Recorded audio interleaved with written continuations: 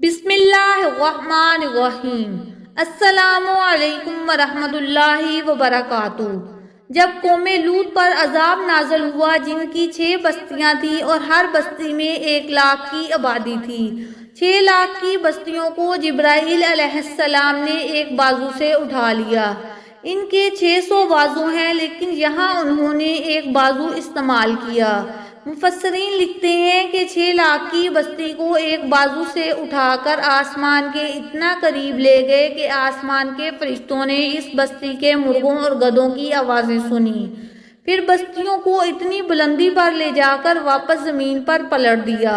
پھر اللہ تعالیٰ نے پتھروں کو ان پر برسایا اور ہر پتھر پر مجرم کا نام لکھا ہوا تھا جو اسی کو جا کر لگتا تھا۔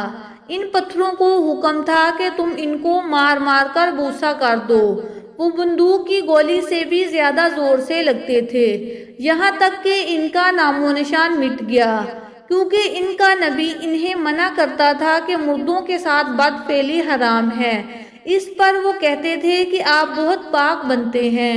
جن فرشتوں کو اللہ تعالیٰ نے انہیں عذاب دینے کے لیے بھیجا تھا وہ حسین لڑکوں کی شکل میں تھے۔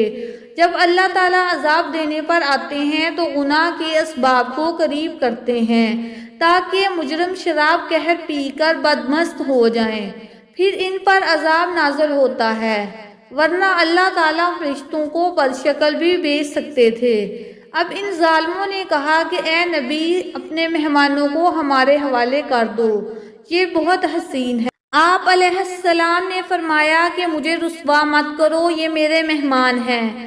فرشتوں نے کہا کہ آپ ڈرتے کیوں ہیں؟ ہم ان کو بوسا بنانے کے لیے آئے ہیں، ہم ان کی ساری بدمستی نکال دیں گے، آپ بالکل بے فکر رہیں۔ ان پر جو بدمستی چڑھی ہوئی ہے ہم ان پر وہ عذاب نازل کریں گے کہ ان کے جسم کے پرزے پرزے ہو جائیں گے، لیکن آپ اس سزا کو نہ دیکھ سکیں گے، آپ پہلے ہی یہاں سے نکل جائیں۔ چنانچہ اللہ کے عذاب کو مت دیکھو، کیونکہ اگر آپ لوگ عذاب دیکھیں گے تو سب کے ہارٹ فیل ہو جائیں گے، اس لیے عذاب والی بستی کو بھی نہیں دیکھنا چاہیے۔ سرور کائنات صلی اللہ علیہ وآلہ وسلم جب ان بستیوں پر سے گزرتے تھے جن پر عذاب نازل ہوا تھا تو چہرے مبارک پر کپڑا ڈال لیتے تھے اور فرماتے تھے کہ جہاں اللہ کا عذاب نازل ہوا ہو اس جگہ کو دیکھو بھی نہیں۔